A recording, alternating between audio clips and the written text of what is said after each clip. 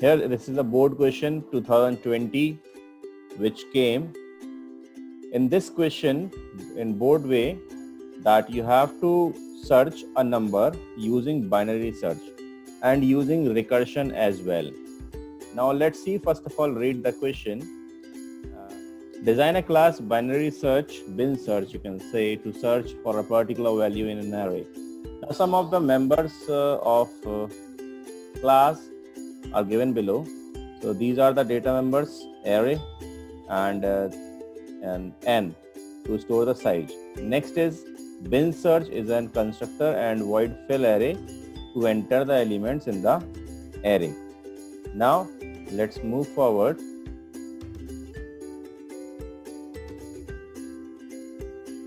Here it is. Next part of this question is void sort. That means you have to sort the elements in an ascending order using any standard sorting technique.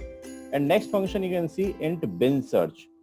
In bin search you can see the three parameters int l, int u, int v.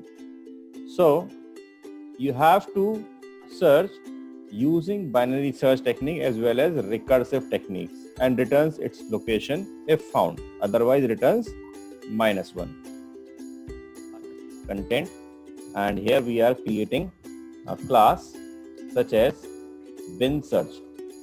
What is the class name given? That is bin search, right? Now you can see the data members. The data members are ARR of bracket and n. So let's see. We will declare two instance variable, that is int ARR bracket comma n. Simply. Now next part, what you have to do? You have to define the member functions. First is bin search. Int nn is in parameterize.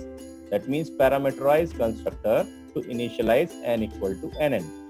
So it means what you have to do, you have to write bin search and write one parameter inside it, that is int nn, and initialize this parameter such as n equals to nn. And at the same time, what you have to do, students, just remember this thing and just watch this thing. You have to initialize the array as well, because here we had only declare the array but not instantiate or not declared. It means the memory is not allocated to the array. So here we will write ARR equals to new int, then in the bracket you will mention the size. Clear? In this way the array can be instantiated. Now let's see the next function over here. Here it is. That is void fill array. What you have to do? Simply fill the array. So write down the function void fill array. There it is. Now for filling the array you have to input the value. So for that you have to take one package, that is import package, to declare an object of scanner class java.util.asterisk semicolon. Now here it is.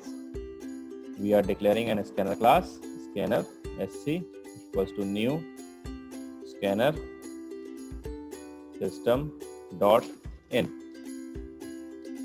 Now giving a message to the user that to enter the elements. So here it is, enter the numbers in array. Now we will apply a loop. So loop will get executed, I equals to 0, I less than n, and I plus plus. And simply we are writing the array name, the index number, that is I equals to sc dot next int. So here in this way we can enter the values. So the work of this function will be stop over here. Now let's see the other function. So here these two functions has been generated and created. Now this is the next function, void sort. It is written over here that sorts the array elements in ascending order using any standard sorting technique. So such as I am writing a function void sort void sort. You can use any standard sorting technique. I am using the bubble sort technique, such as simply writing the first loop, which will get executed I equals to 0, I less than n, and I plus plus. Now next loop will get executed, that is int j equals to 0, j less than n minus I minus 1. Next, j plus plus. Now we have to compare the values. So here we are comparing if array of j, that means the 0 indexed, will be greater than array of j plus 1. Means if the first value is greater than, then we have to swap the values. So here we are just writing a part or the component to swap the values, such as array of, first of all we are taking an temp variable, temp equals to arr of j, that means the 0 indexed value, and inside this j we are initializing the next value, that is array of j plus 1. Now again initializing in next index, that is j plus 1,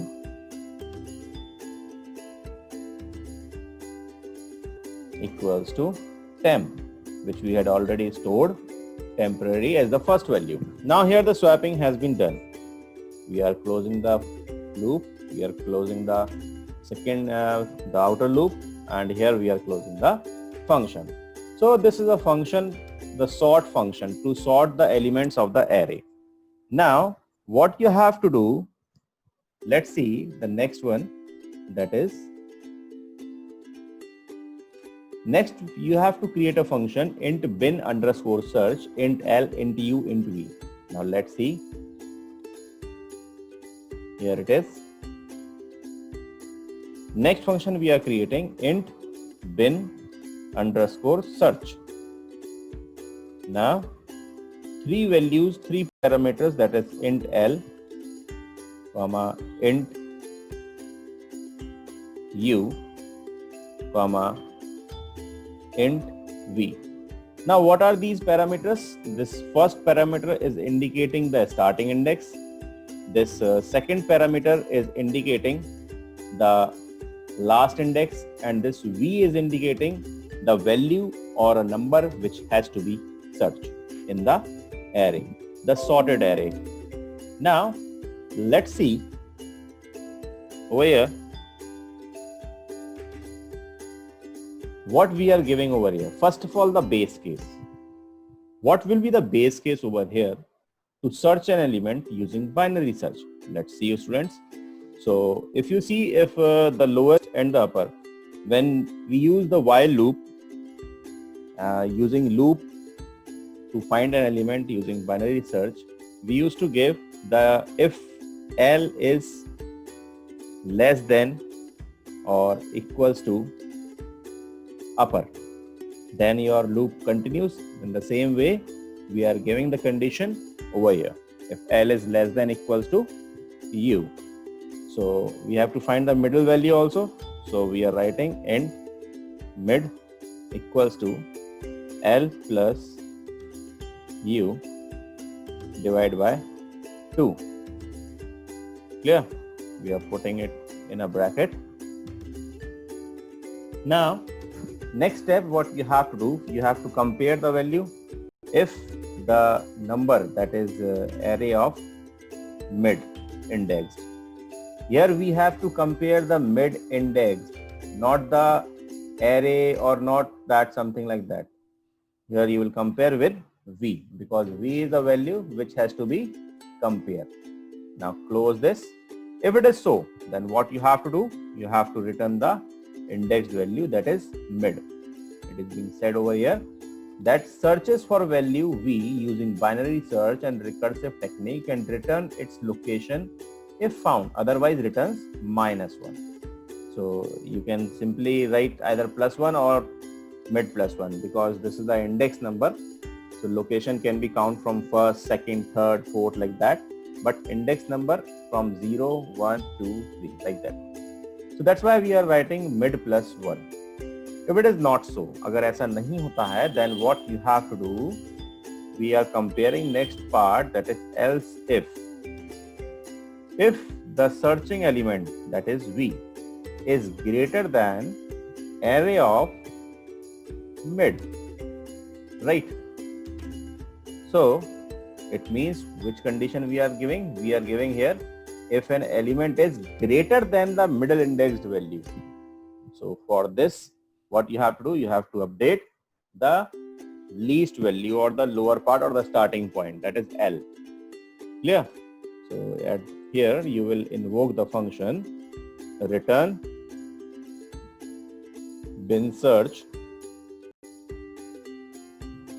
in the bracket passing mid plus 1 comma upper value will be same and V would be again same. Now if it is not so, that means you will giving up next part, that is else, you will return bin search. It means if else part will be get executed if number is not greater than middle index, and if number is not equal to, it means the number is less than middle index. So here what you have to do, you have to passing the starting value as same as, and the last value will be updated as mid minus 1 as we do in the simple looping program, and V will be passed as it is same. So here it is.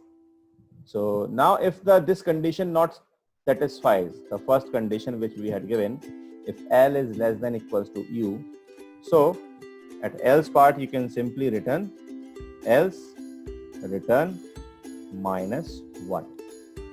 Here it is. We are closing the method. So this is the int bin search method. So now next method, what you have to do, you have to define the main method, students. So here we are defining the main method, that is public static void main string args. Now defining an object of the class bin search, that is bin search obj equals to new bin search. Here it is. Now with the help of this object, you have to invoke the method. So first method, which method you have to invoke? That is constructor is being invoked, fill array you have to invoke. So here it is, while passing one value as well, the size, such as I am giving the size, say 5 values. Now we are just inputting the array, that means fill array. So you have to invoke the function fill array. Now after filling array, you have to search an element bin search.